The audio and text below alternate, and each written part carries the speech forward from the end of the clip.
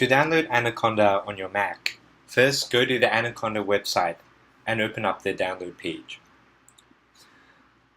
Scroll to the bar with the operating system and click Mac OS. Now make sure that we are downloading Anaconda for Mac OS installer. Click the download button for Python 3.6. Once the download has completed, find the installer by opening up Finder and going to the download section. Double-click on the file that you just downloaded to install Anaconda.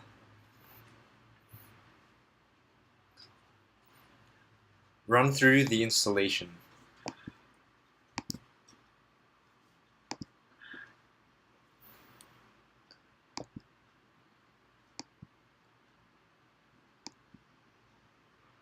Once Anaconda has finished installing, you can open it by going to the Applications folder on your Mac. Double-click Anaconda Navigator.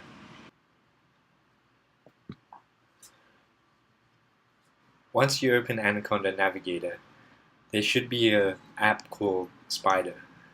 Click Launch to open up Spider. When Spider is opened, you should see something similar to this.